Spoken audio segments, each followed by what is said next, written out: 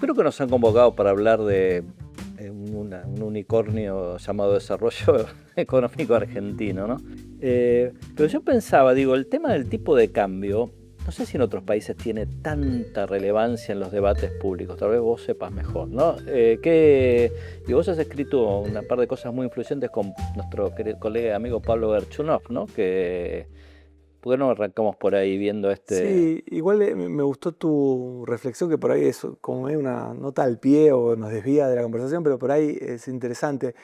Eh, yo, el vínculo entre tipo de cambio y desarrollo no es una cosa exclusivamente argentina, que tiene una Mm, larga tradición, dicho sea de paso, ¿no? Porque digamos, digo, solo por tirar nombres, te aparece Adolfo Canitrot hace mucho mm, tiempo, Juan Zurruil, Marcelo Diaman, Díaz Alejandro, o sea, sí, digo, sí, o sea, hablamos de 60 años tiene una fácil, tradición, o vamos. sea, digamos, me encantaría decir que fui muy original con mis investigaciones, pero no, pero ha estado muy presente también por lo menos en Brasil, es Mm, un tema súper, o sea, sí, estructura, este tema que nos convoca, de mm, estructura, o sea, el puente entre la estructura y la macro, el tipo de cambio, ¿no? sí, Podría sí. ser, o uno de los puentes al menos Mm, más relevantes. Y sí, nosotros con Pablo tenemos también una serie de trabajos que tiene al tipo de cambio como articulador de varias dimensiones de la economía, que por ahí la macro y las crisis, la economía política y la distribución del ingreso y la estructura productiva, ¿no? Esas cosas que van conviviendo. Y tampoco ahí somos fenomenalmente originales, porque hay también una larga tradición que se vincula a algunos de estos autores. Otro de ellos, Julio Olivera, prócer de la mm, economía argentina y de la Universidad de Buenos Aires, ¿no? Dado que estamos en Eudeva, merecido homenaje. Nosotros ahí con Pablo tenemos una idea, en realidad esa idea arranca de un paso antes, también en la UBA, en un seminario que no sé si no lo organizaste vos, pero donde yo presenté una idea donde tenía tres niveles de tipo de cambio. El tipo de cambio de equilibrio macroeconómico, que es el tipo de cambio, el nivel del dólar, para el público no economista, el nivel del dólar que hace viable el funcionamiento de la economía, que la economía tenga pleno empleo y que no tenga ningún problema en los pagos externos. Después un tipo de cambio que lo llamamos de equilibrio social, que yo lo tomé de Olivera, esa idea, porque él tenía la idea de equilibrio de mercado y equilibrio social. El tipo de cambio de equilibrio social, que es la idea, el nivel del dólar que es, digamos, compatible con las aspiraciones de gasto, sobre todo en consumo de alimento, de, de las clases más populares, ¿no? Que típicamente es más bajo ese dólar que el dólar de equilibrio macroeconómico. Y después hay un tercer nivel de tipo de cambio que con Pablo no lo discutimos demasiado, que es el tipo de cambio de desarrollo, que se parece más al de Diaman o al de Kaldor, la idea de que, che, ¿qué nivel de tipo de cambio necesitas para desarrollar las actividades que no son tan ujú. primarias? En una economía que tiene mucha productividad en los sectores primarios, eh, necesitas por ahí un tipo de cambio más bajo que el que es congruente con el desarrollo de las actividades que no son primarias, ¿no? Típicamente en la historia, la industria, pero bueno, Ujú. puede ser los Bueno, servicios, servicio. ¿no? O Ujú. sea, vos trabajaste mucho sobre eso y podemos volver. Entonces, la idea o sea, dada ese marco conceptual, con Pablo, a Pablo le gustó mucho esta idea, entonces discutimos y profundizamos mucho y a raíz de esa colaboración se nos ocurrió la idea de caracterizar una idea de conflicto distributivo estructural, que es una situación donde hay un país en donde el tipo de cambio de equilibrio social es más bajo que el de equilibrio macroeconómico, y a través de esa lógica narramos la historia económica argentina y seguimos haciendo otras cosas más.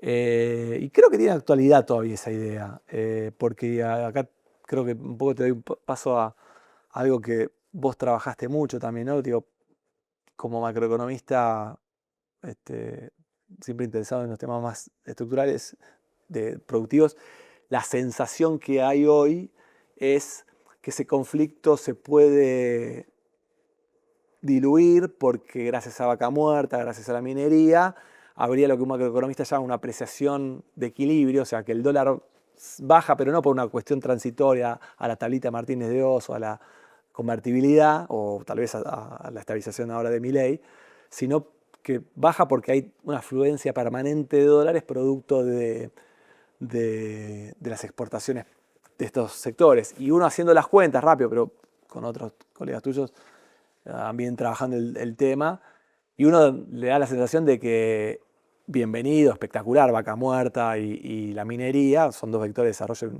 muy interesantes, pero uno hace las cuentas y ve que de acá a 10 años, con mucha suerte, o sumás 45.000 millones de dólares de exportaciones, que son $1.000 per cápita, que para un país rico en recursos naturales es muy bajo en realidad, porque ni Canadá, ni Australia, ni los países habitualmente tienen más exportación. Entonces, no sé, vos ahí venís trabajando ese tema y... A ver, como sabes, yo soy fanático del cine y hay la editorial más prestigiosa, la empresa más prestigiosa de cine de arte se llama Criterion. Sí. Y tiene unos clips en donde los directores y actores van y tienen todos los DVDs y tienen que elegir DVDs que se quieren llevar y explicar por qué no están buenos. Entonces acá agarrar una librería es esto, ¿no? Este puede ser bueno, ¿no? Este no, porque el autor es un cara dura. Todavía no sabemos cómo va a terminar el experimento Milei, ¿no? Pero yo te escuchaba y no me había acordado lo del tercer tipo de cambio, no me estaba acordando esto, porque el del tipo de cambio de desarrollo, ¿no? Porque ese paper recién o sea, quedó en barbecho, nunca lo terminé de publicar, se acaba de publicar ahora, hace poquito.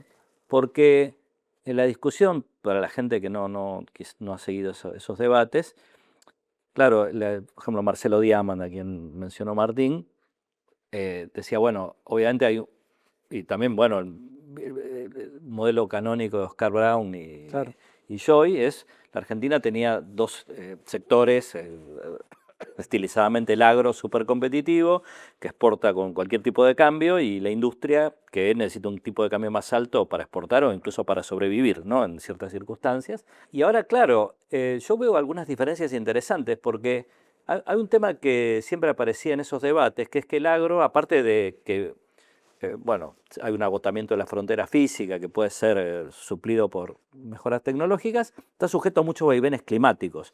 Y siempre los ministros de Economía, yo siempre digo, miran el clima como con la misma atención que va a hacer la FED con la tasa de interés. En cambio, Vaca Muerta y la minería van a exportar, llueva, truene, esa sequía, ¿no? Sí, entonces, eso es un cambio un poco con ese debate.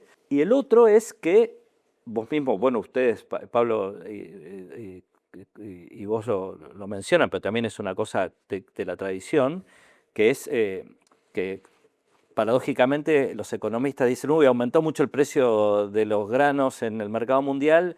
Alguien diría buena noticia y nosotros decimos, uy, qué problema porque aumentan los alimentos, ¿no? Entonces empeora el conflicto distributivo. De vuelta la gente no come cobre, no come litio, indirectamente entran, pero no es tan directo, ¿no? El impacto. Así que eso puede cambiar un poco también, ¿no? El debate. Ahora, yo te devuelvo entonces la pelota porque me pregunto esto. Nosotros hicimos con Juan Carlos Salac, como decís, una cuenta muy simple de almacenero casi, que es, bueno, aun si los pronósticos más optimistas de Vaca Muerta y la minería, el cobre, el litio, asociado a la transición hacia la electromovilidad, no el automóvil eléctrico, esencialmente se concretaran, duplicaríamos las exportaciones per cápita de recursos naturales, no de todo, ¿no? Sino de lo que es específicamente recursos naturales. No renovables. No renovables, y seríamos todavía 5 veces menos o algo así que Australia o Noruega, muy lejos de ser Australia o Noruega. Pero tal vez el tipo, sin que nos agarre una enfermedad holandesa, después capaz podemos hablar de eso, porque la gente dirá la enfermedad holandesa, no, ¿qué es? No sé, no se contagia, ¿no? Como no puedes ir a Holanda y no te la contagias, es otra cosa, pero podés tener un tipo de cambio de equilibrio macro, dicho, ¿no? En algún sentido muy genérico, que te deje fuera de combate un montón de actividades y ser sustentable macroeconómicamente, ¿no? Es así. Digo, ahí te podremos tener un problema. O cómo haría el cómo haría el gobierno si realmente te entran, ¿no? 45.000, porque son los 45.000, hay una parte media tramposa, quizás la cuenta que hicimos nosotros es válida, pero macroeconómicamente también vas a tener una afluencia de capitales en ese momento, ¿no? Aparte de las expo que también te pueden mejorar el ingreso de divisas, porque bueno, todos esos proyectos hasta que se desarrollan requieren mucha inversión, etcétera. Podrías tener una configuración macro medio compleja, ¿no? Yo creo que no. Yo hace tiempo que uso una tablita que comparo exportaciones, un ejercicio parecido al que hicieron ustedes, y miro un poco también el tamaño de la población, ¿no? O sea, es difícil ver un país del tamaño de población de Argentina sobreviviendo a base de recursos naturales. En general son mucho más diversificados. O sea, sobre todo, digamos, el aspiracional, digamos, el PIB per cápita de Argentina para arriba, ¿no? O sea, entonces, a mí me parece, primero, que hay como una especie de borrachera con Vaca Muerta, la minería. O sea, como que, digo, primero cuando se hacen los números no son tan grandes. Segundo, hay un dato, me parece, tal vez coyuntural, pero digamos, no es que lo estamos analizando en abstracto, lo estamos analizando de Argentina de hoy. Argentina hoy, el Banco Central tiene reservas negativas, o sea, Argentina tiene un camino muy largo de acumulación de reservas porque, digamos, lamentablemente se dilapidó un proceso muy virtuoso que se dio en los primeros años 2000, donde producto de las crisis, pero bueno, Argentina logró acumular muchos dólares en el Banco Central, y eso en algún momento, sobre todo después de la crisis subprime del 2008 en adelante, empezó a perder. Y llegamos a un nivel hoy donde tenés reservas negativas, digamos, el Banco Central tiene más deudas en dólares que activos. O sea, entonces, creo que Argentina está forzada, o el Banco Central de Argentina está forzado en los años por venir, si quiere verdadera estabilidad, macro en un sentido amplio, a acumular dólares, y para eso va a necesitar un tipo de cambio más alto. También creo que en la cuenta, digamos, hay que agregar que buena parte de estas exportaciones, que son los ingresos de las empresas que están produciendo, son ingresos, después son utilidades y dividendos que se van a ir. La cuenta que hace una persona, una empresa que invierte en un país como Argentina, es que la tasa de retorno sea incluso bastante más alta que el riesgo país que paga un bono. Entonces, claro, si no hundirían. No, claro, no hundirían capital. Finalmente se quieren digo, bienvenido, ¿no? O sea, porque, digamos, y acá aparecen, me parece, las cosas que a mí me gustaría preguntarte a vos, ¿no? Bienvenida a todo esto, porque la verdad que lo que menos quiero es que se lea negativo lo que le está pasando a Argentina, porque para mí, de hecho, es muy bueno lo de minería y energía en Argentina, porque son dos vectores de donde vos ves interés genuino y potencialidad de inversión muy fuerte. Pero acá me parece que el verdadero debate, cómo vos lográs que estos dos vectores traccionen al resto de la economía, ¿no? Y ahí... Para animarse a leer a Frank Kafka. Claro, yo cuando era chico leí uno que se llamaba Para leer el Pato Donald de Batelar, ¿no era? ¿Cómo? ¿No era de Dorfman? Dorfman y Batelar, ¿no Sí, eran? Sí. El otro día leía que había una nota que no sé si se va a hacer alguna investigación de esas que nunca sabe cuán rigurosas son, que decía que estaba probado que leer libros largos ayudaba a los estudiantes. Libro largo es de más de 100 páginas. Yo digo, bueno, si agarran Guerra y Paz, ¿qué pasa? Les agarra no sé, que está toda la vida para leerlo. 100 páginas. Primero, digamos, no hay mucho debate sobre esto, ¿no? O sea, vos y unos pocos están discutiendo, a Juanca, obvio, ¿no? Hay mucho, no unos pocos, pero digo, por lo menos desde la macro, hay una liviandad en el sentido de, bueno, no, esto ya nos salva. O sea, así como antes nos salvaba una cosecha, ahora Vaca Muerta y la minería nos van a salvar. Y yo creo que por estos motivos no está saldado, pero sobre todo también por el costado productivo. ¿Vos eso qué estás viendo? No, y lo que pasa es que los países como Australia o Noruega, incluso Canadá también, que vienen haciendo minería o petróleo hace mucho más tiempo. Bueno, nosotros hacemos petróleo hace mucho, pero realmente no, nada comparable con este boom. Y la minería siempre fue una aspiracional, ¿no? Digamos, no, recién en los 90 empezaron a aparecer algo. Esos países tienen, como vos decís, un entramado de proveedores de bienes y servicios muy potente en torno a la minería y el petróleo. Y de hecho las empresas se llevan a los proveedores a donde van, ¿no? Porque decís, bueno, estos tipos Claro, me garantizan me que sí. garantizan. Y eso no voy a decir porque empieza la exageración, ¿no? De que todo el Estado hizo todo, porque tampoco es Dios. Pero hubo muchos programas en esos países para fomentar lo que llamamos desarrollo de proveedores, ¿no? En la jerga nosotros, una gran empresa minero petrolera que tiene problemas que necesita resolver o necesita acceder a cierto equipamiento, servicios y a veces no es fácil identificar los potenciales proveedores. Esos proveedores necesitan alguna mejora en sistemas de calidad o en innovación, etcétera. Y bueno, ahí entonces alguna acción de coordinación. O, por ejemplo, en Noruega hubo mucho énfasis también ahora en Canadá. Hay un programa de minerales críticos que tiene un fuerte componente, por ejemplo, de incentivar la innovación en local, en esos minerales, de modo que justamente no quede solo en el bien primario, que como decís es bienvenido, no bueno, salvo los extractivistas que se oponen los anti-extractivistas que se oponen a que a toda esta actividad, creo que hay una coincidencia bastante amplia en que nadie está en contra de eso, pero tal cual es, bueno, con esto solo nos alcanza. Y yo creo que ahí hay una cuestión interesante, porque hasta donde yo sé, en el mundo petrolero esto es más denso en Argentina que en el mundo minero, quizás porque hay actividad petrolera en Argentina hace mucho más tiempo, eh, y entonces hay más proveedores locales ahí. Lo que no hay es, lo que vos no ves es que eso esté generando exportaciones adicionales todavía. Hasta donde yo veo, eso es más una actividad local y los países que están más avanzados han convertido eso en una actividad que contribuye a diversificar Expo, ¿no? En la medida en Sobre todo que, servicios son. exactamente, sobre todo servicios, sí. Son más fáciles de exportar que, Claro. que las máquinas. Pero, pero también ahí, por un lado, hay una cuestión de empleo, efectivamente, porque sabemos que la minería y el petróleo per se son actividades poco intensivas en trabajo. Estas actividades de servicios son más intensivas en trabajo, aunque un trabajo de calificación medio-alta no va a resolver el problema de... O sea, con eso no vamos a resolver el problema del conurbano, ¿no? Que No, después podemos hablar, ¿no? Digo, seguro de que la tienen. gente que Sí, se va a quedar sin trabajo, no tiene trabajo ahí, no va a ir a trabajar de servicios de prospección geológica a San Juan. Pero, bueno, obviamente hay una contribución, pero también una contribución que es que es que esos proveedores de servicios también pueden desarrollar servicios y proveer empresas de otros sectores. Sí puede contribuir a mejorar también lo que claro. podemos llamar la competitividad sistémica, ¿no? Por ejemplo, uno de los grandes proveedores de servicios no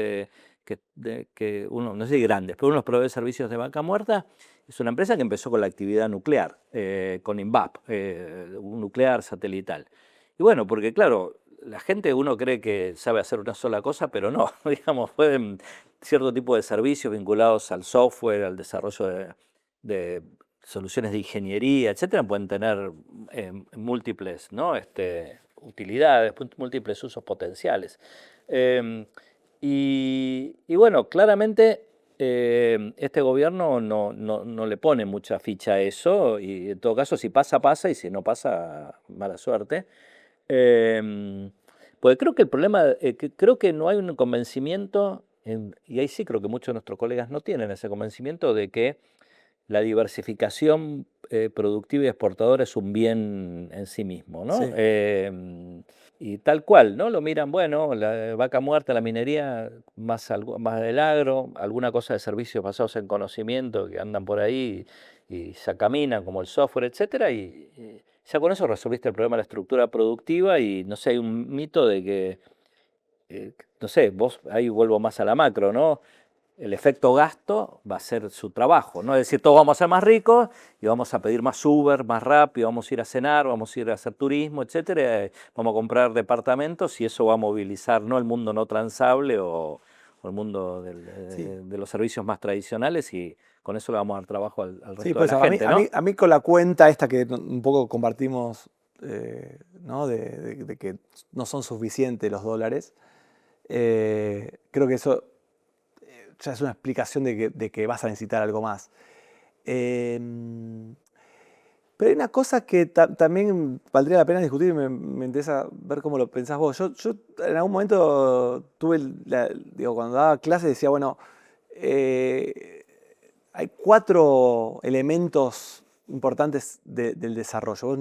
Las actividades que empujan el desarrollo económico tienen que tener como 4 grandes cualidades, ¿no?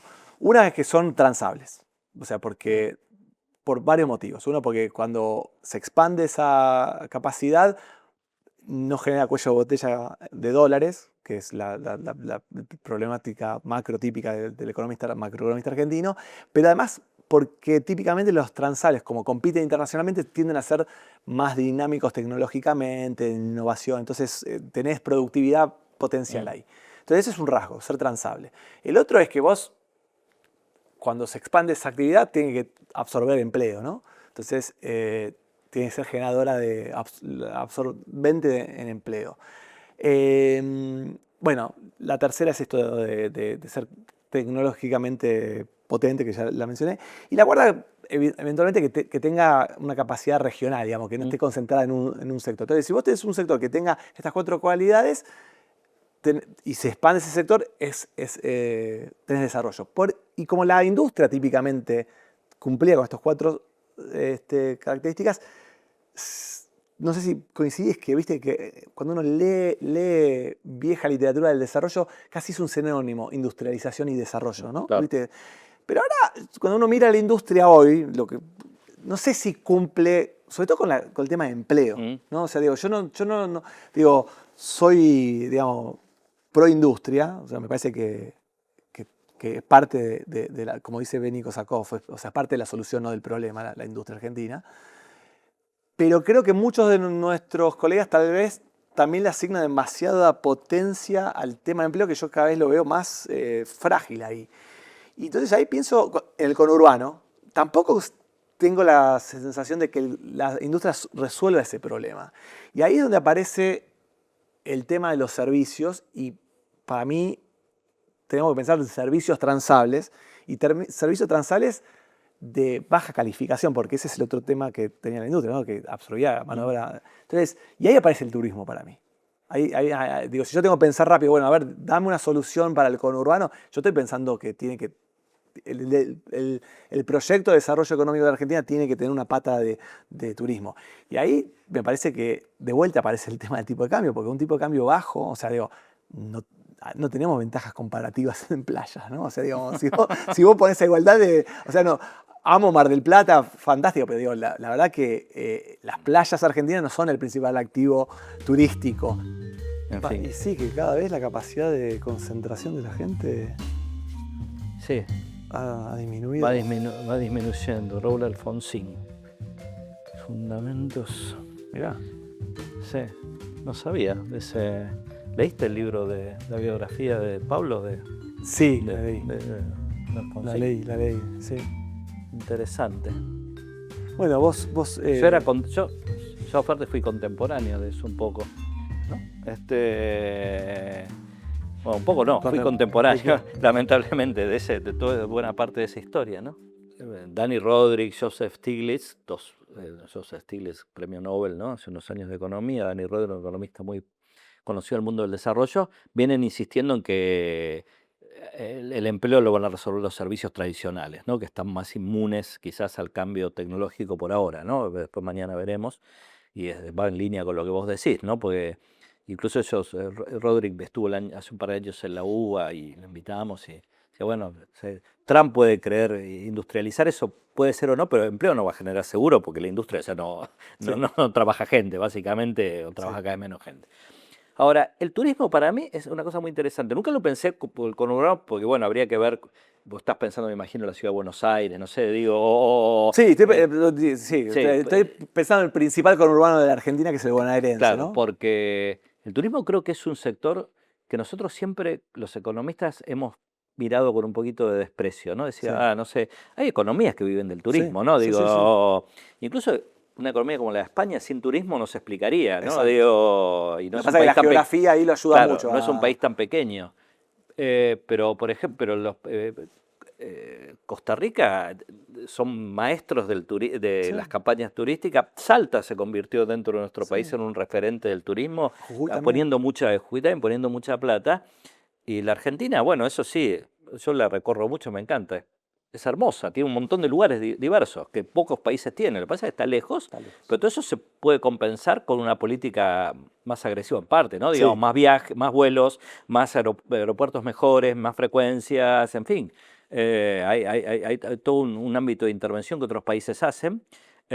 Incluso combinando paquetes, si venís acá y pues se supone, está bien, vos no tenés las playas de Río, pero tenés las cataratas, en fin, Sí. un montón de cosas.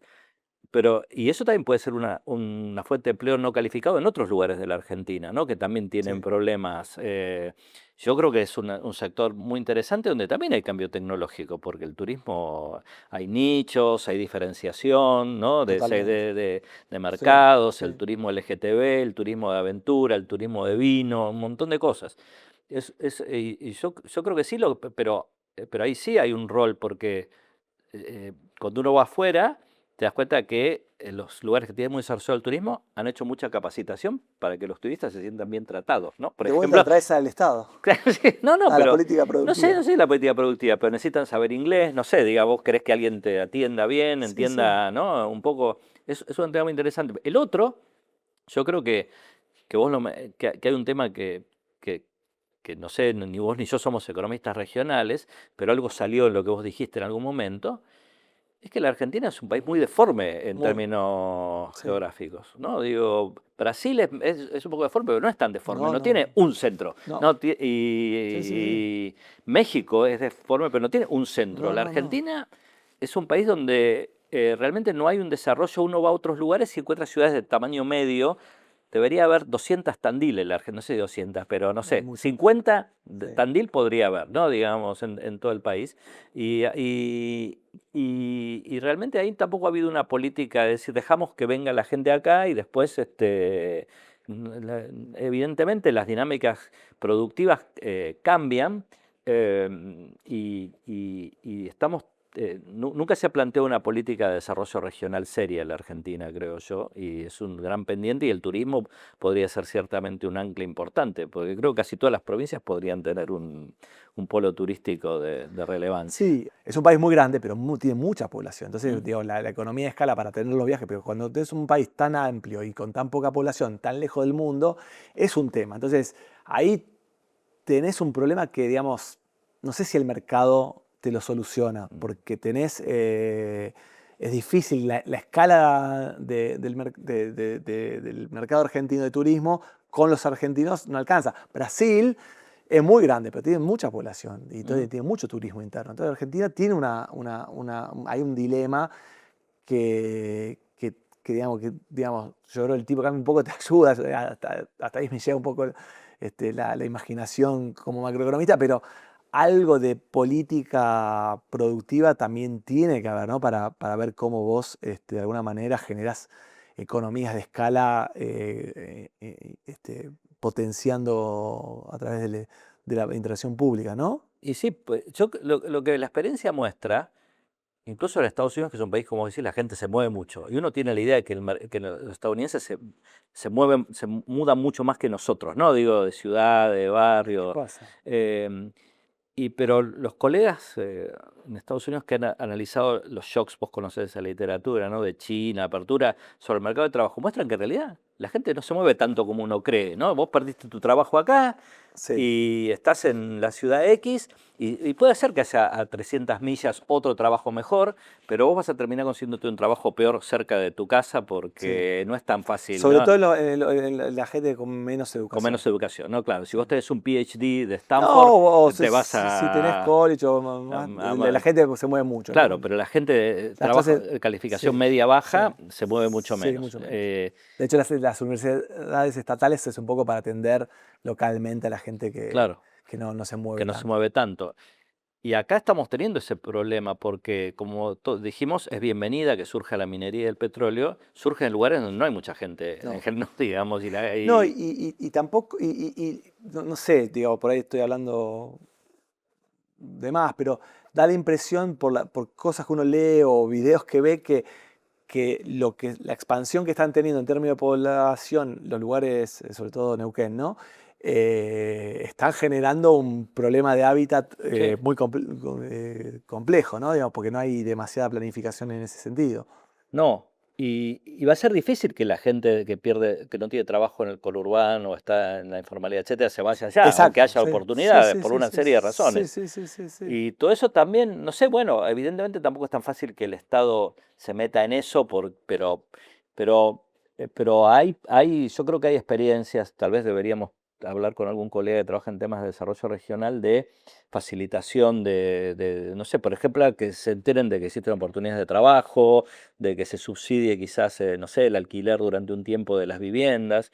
Pero efectivamente todo acá se hace caótico, ¿no? Y después, dentro de 30 años, tengo otro problema, que es cuando se termine Vaca Muerta, va a quedar un pueblo fantasma en Añelo, ¿no? Pero como Puede pasó ser, en, sí. en muchas ciudades de Santa Cruz, pero bueno, ese problema será de mis nietos. Pero creo que acá también uno suele, quizás por deformación profesional, analizar las cosas medio por separado, aunque acá estamos dialogando, ¿no? Pero vos tenés la macro, tenés la estructura productiva, tenés el empleo y tenés las regiones, ¿no? Y todo eso arman paquetes que el mercado solo tal vez no resuelve, ¿no? Digo, no coordina, porque hay mucha falla de coordinación ahí, ¿no? ¿Cómo haces para que surgen nuevas actividades productivas en lugares geográficos en donde no hay una aglomeración importante de gente y que tal vez tienen demandas insatisfechas de personal? Machén con gente que está teniendo problemas de acceso al mercado de trabajo en otro lado, ¿no? En fin, hay un montón de cuestiones que son hoy discutidas en otros países del mundo.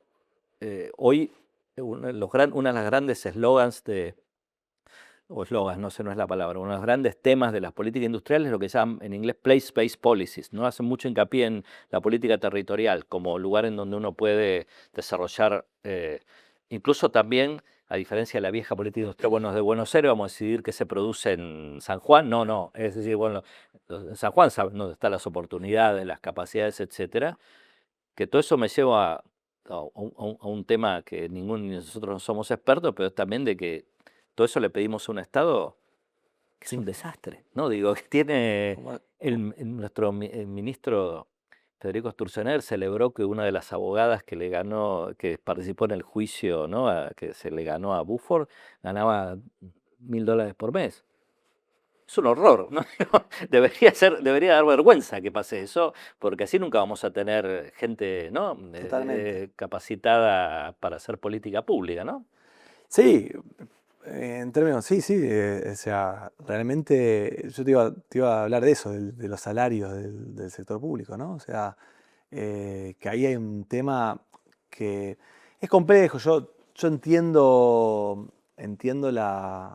digamos, para el político es un tema complejo, pero hay una gran hipocresía con el tema, ¿no? Porque el político, como la sociedad lo está mirando y hay mucha parte de nuestra sociedad que está viviendo en situaciones muy precarias, vos le hablás de un sueldo que tiene que tener una persona bien formada y es muy irritante. Entonces, digamos, el político se plancha su salario, digo, el ejecutivo, y de ahí para abajo todo es bajo salario. Claro, el político le encuentra la forma de encontrar Su en complemento. general su complemento, y hay casos dando vueltas en todo momento.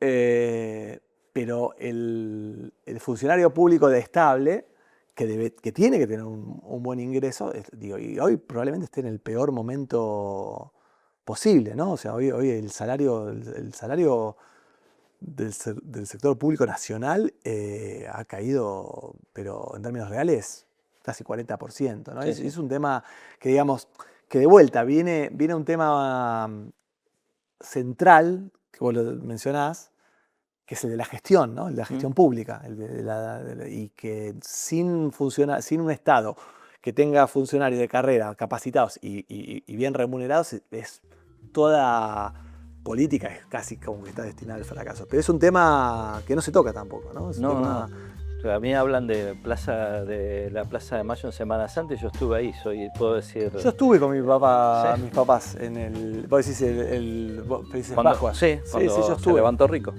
Yo estuve ahí. Llegué, me acordé porque entré por Diagonal Norte y ahora fui con mi hijo mayor al 50 aniversario del golpe. Sí, sí. Y entré por ahí y le conté que también más o menos a su edad yo había ido con mis papás a... Lo tenemos. Libros de cine. En busca de Chaplin. La Tierra trema. Cartas sobre la mesa.